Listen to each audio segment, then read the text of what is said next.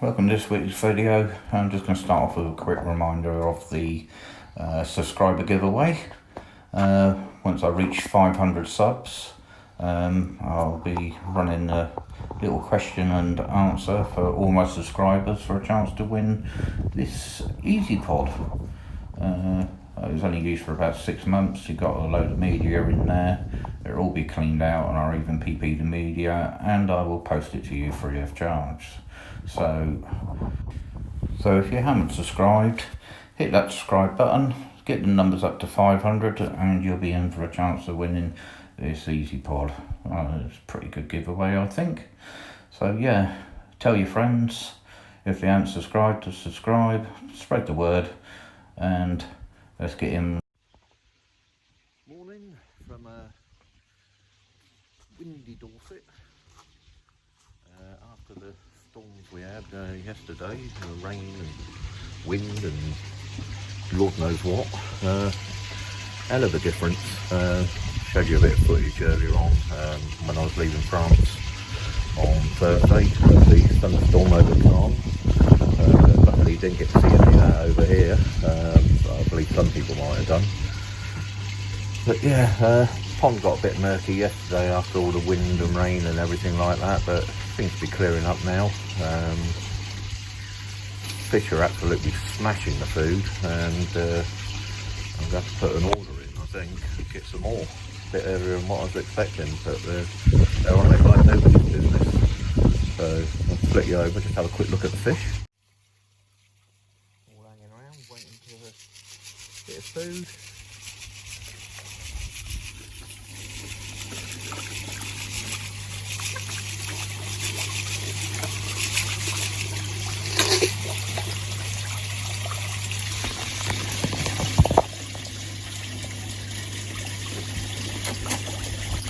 A few of them tend to get a bit camera shy for some reason. I ain't got the camera in my hand, they're all over it like nobody's business, and when I bring the camera out, you can sort of send hang back and like, no press, no press. You've got a good view of the side of the tag bed there, healing up nicely.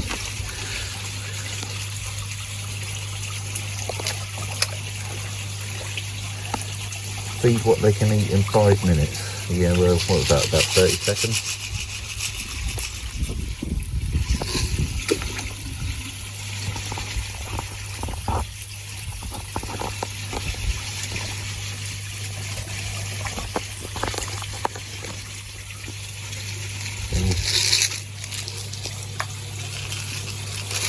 That's not the food I feed them, that was when I first started. I didn't really know a lot about fish food, but yeah, nearly through that.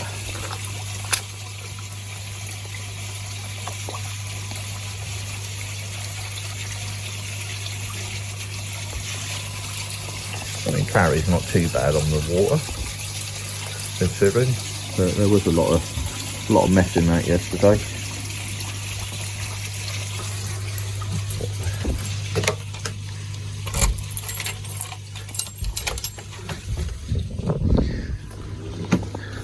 How much we got left in here? Oh god. Yeah. Not a lot in there, so I'll put an order in and see what we can get sorted. Still give them plenty of the shrimp, but that's their treaty treats. You just put what I have left in the feeder, and it don't even give me probably about a quarter. So yeah, definitely have to get on chicken web later on and get an order in for a bit more food.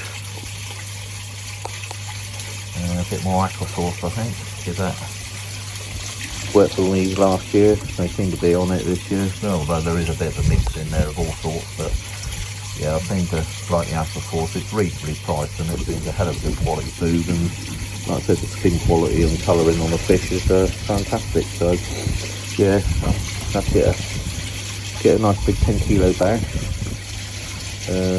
Just choosing what sort of what sort of variety I want. Whether I want the all season, or growth, or colour, or maybe 2-3 kilo bags, sort of mix it up. Anyway, get the lid back on the feeder and we'll switch it back on.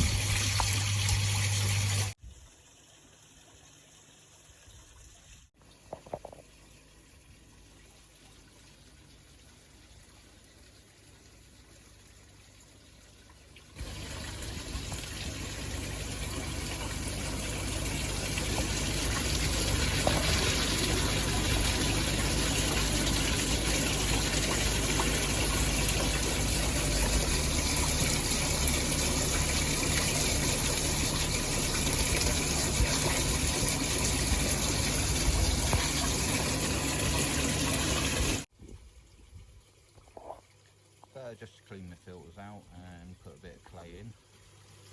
The breeder's secret that I'm using at the moment. So ain't gonna see my fish for a few hours. Somebody did ask me about how much it affects the pH, KH and TDS of the ponds. It doesn't affect the KH.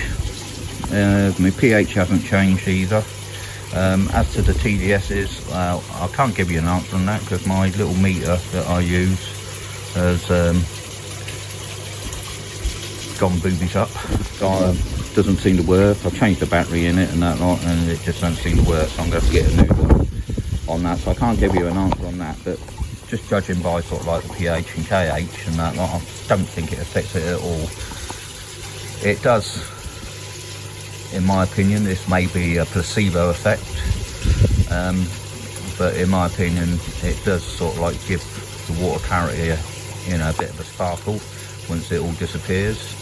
The skin quality of the fish does seem better with it, and they also seem to have a better appetite. Earlier on in the year when it weren't so warm and I first started using it, without the clay, they're sort of towards the end of the week when the clay wasn't in the water, because I only do it once a week. You can with breeder clay do a daily amount, but I just do it once a week, do the once a week dose. But towards the end of the week they might sort of hover around, not interested in food, but as soon as the clay goes in, within a few hours they're hungry. So it does seem to sort of like, I don't know whether it affects their digestion or just makes them feel a little bit better about themselves, I don't know. But as I said, it may be a placebo effect, whereas I'm using it, so I'm thinking it's doing some good. But to be honest, I do think it does improve things.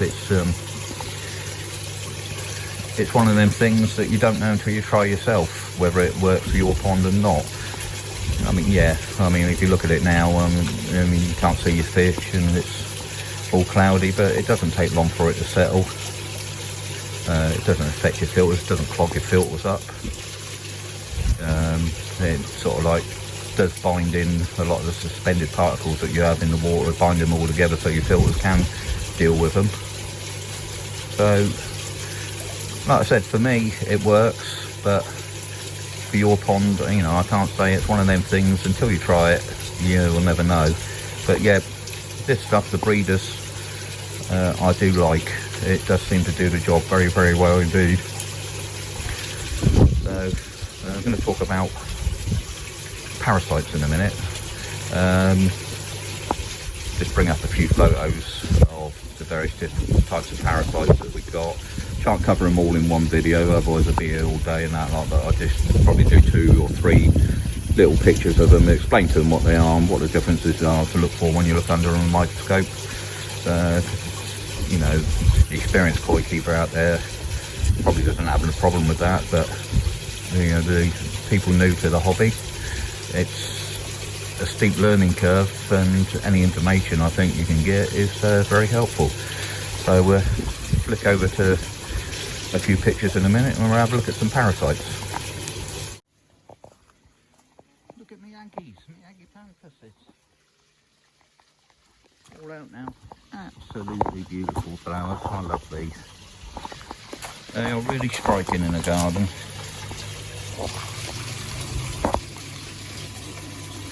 Now, the secret to getting agapanthus to flower really well, like these ones, is they like to be confined.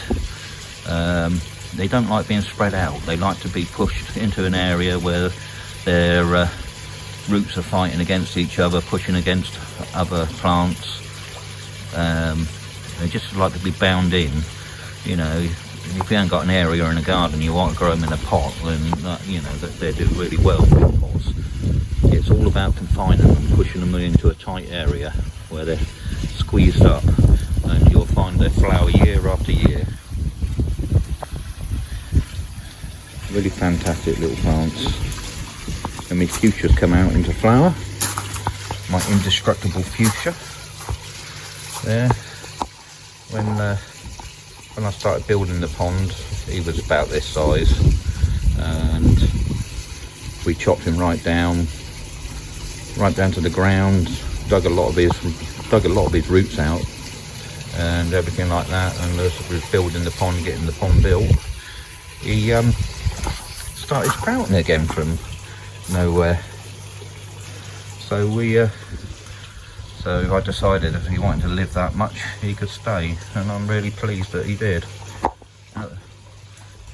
He does really, really well every year. Beautiful flowers. And then around there, the clematis. Yeah, you wouldn't think a clematis would do well there. Sort of like shaded by the conservatory, up against the wall, little alleyway, but loves it. Does really well.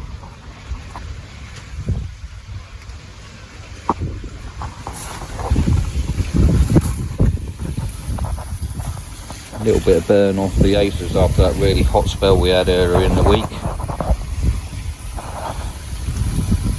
It's just one of them unfortunate things. You can see him blasting by the wind, but he is fairly sheltered. We live up on top of a hill, so it's always windy up here. But you know, he ain't done too bad. It's just one of them things. You get a really hot weather, it does tend to burn the leaves. More so on the reds than it does on the greens.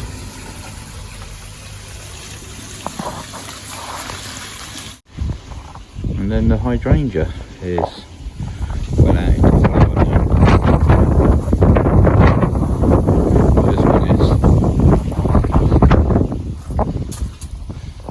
This one down here just, I don't know, been putting magnesium around the votes, because when they go yellow it tends to mean they're lacking in magnesium.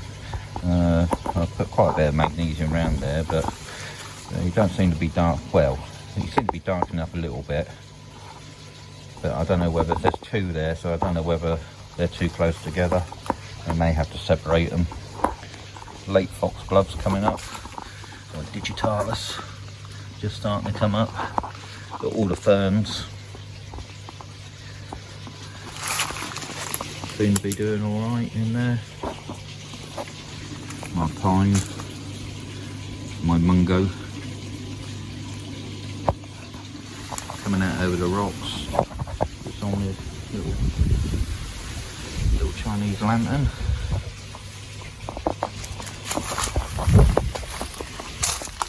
And I was given a very handy tip about the hostas and keeping slugs away, and that was to crush some garlic and mix it up in water and let it soak and make a nice garlic composite, compote or what they call it, and then just pour it in around the plants, and hopefully it should keep the slugs away. Not actually done it yet. This dry spell seems to have sort of like made them shrivel up and die, but you know, if you look down there, you can see the flower heads on them starting to come up on the ones that flower. That one at the back there, I think that's some really huge flowers.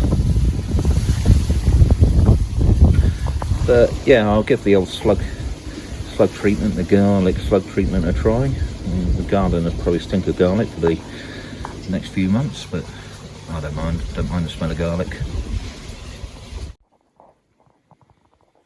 So if I do get the air source heat pump, it's working out where to site it. So a bit of advice would go down handy here. I'm thinking on that wall there,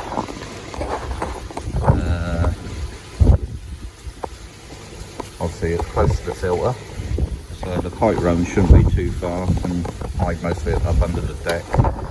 What I'll probably do is lift on that deck up there and pour concrete slab in there for it to sit on. And then I've got the control box in there, but just in here, that box there is a dedicated feed from the fuse box in the summer house. So that should be able to handle the power. So there's the plug socket there. You can see where the lead for the inline heater is. Still debating whether to leave the inline in there as a backup in case something happens. Don't really want it to click in because, like I said, the electric they use is astronomical. So yeah, so I'm thinking just there. That's shaded most of the time. It's fairly sheltered from the wind and the elements. When it rains, it tends to rain and come across over the top of the wall and everything like that. But there again, if it's shaded, is it going to remain cold in winter? More susceptible to sort of like staying cold, not get any sun that comes up? Or should I put it right over there where you get a bit of sun, over that sort of side of the wall? Or do I put it in front of the summer house? Problem with this, if I put it in front of the summer house, I'm not going to be able to open my windows. So anybody who's got them out there and knows about air source heat pumps and where to situate them, just leave me a comment and just say where you think's best. But like I said, that's what I'm thinking. Nice short pipe run from the filter, pump to the filter, and then to my returns that are already in there below ground. So yeah, let me know your thoughts. Cheers. And this is the air source heat pump I'm looking at getting at, Hydro Pro. Works down to minus 15 degrees, which is the important thing, but it's got all the bells and whistles, but I've not seen this make before, so if anybody can give me any information on them, I'd greatly appreciate it. Just let me know if they're any good or if they're a load of rubbish. Anyway, okay, Parasites. No, you're not looking at a poorly shot version of the latest Alien film. This is a fluke when the camera picks it up. This is what they look like moving. Nasty little creatures. Everybody seems to be having them. So this is a skin fluke, and the difference between, well, one of the identifications on a skin fluke is that they are live bearers. So sometimes when you see them under magnification, you can sort of see, if it was in this picture, you can see a baby fluke inside. On the top right of the screen there, you can see the hooks where they attach themselves to the body. And nasty little things, and like I said, as they're live bearers, once you treat for them, you only need to treat once, generally, as a rule, but everybody just seems to be this year not being able to get hold of them. So yeah, live bearers, so like I said, one treatment's enough. This, on the other hand, is a gill fluke, and if you look at the bottom of the screen there, there's the little bits, the pinchers that attach itself to the body. Now, what identifies a gill fluke is, if you look at the top end of the screen there, you can just make out two dots. When you see them under the microscope, they have sort of like 2 or 4 dots at the head end of the body. Gill flukes are egg layers, so when you treat for gill flukes, the initial treatment kills the parents, and then you need to wait about 2 weeks for the eggs to hatch. This can vary actually, depending on the temperature of the water, but most treatments sort of say 2 weeks in between intervals. Anyway, moving on, the fish louse. Easily identifiable. You can see them with the naked eye. They can grow up to about 1 centimetre long. Nasty little creatures. You have to sedate the koi and remove with a set of tweezers and then treat the pond accordingly to get rid of them. And there's in the underneath view where you can see the sort of like the mouth and the legs and everything they can attach to. Once you've got fish lice, they can be very prolific in numbers, so you probably will have to sort of like to sedate each and every koi you got and go through it and, like I said, remove any, and then sort of like treat with a suitable treatment.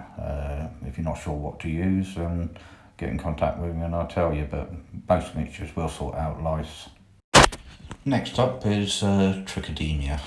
That's a little circular thing, sort of like top left hand of the corner there. Looks a bit like a flying saucer, and they really do when you see them under a microscope and flipping and spinning around. You can actually see the outside sort of like hairs or legs pulsating.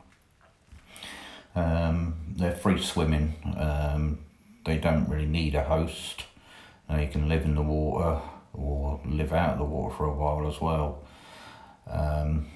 But they can get very prolific in numbers, and when they do, that's when it starts to cause your koi a problem. So one of the sure ways of treating them is potassium permanganate. But there has been people or reports of them starting to sort of like survive a treatment of potassium permanganate. I PP'd just recently and then had to do a dose of Paralex afterwards to actually get rid of them, and that did seem to knock them on the head. Don't seem to have any now, but they're one of the most easily recognisable parasites under the microscope, and so you shouldn't have problems. It's quite interesting to look at. But anyway, Monday morning, ran out of time yesterday, so it was just a basic identification of some of the koi parasites that you can get. I hope it sort of like gave people a bit of enlightenment. If you want me to go into more detail about different parasites, I can do. Just let me know in the comments down below, or if you're just quite happy with what that was, then again, just sort of thumbs up it, let me know. Next week I will sort of like, if you want me to, talk about the Costia, Chickadina, and maybe one or two others, white spot. Just bring up some pictures, just so you know what you're looking at when you're looking under the microscope. It's not easy to identify things sometimes. So yeah guys, stay safe and enjoy your week, and I'll see you next week. Take care, bye bye.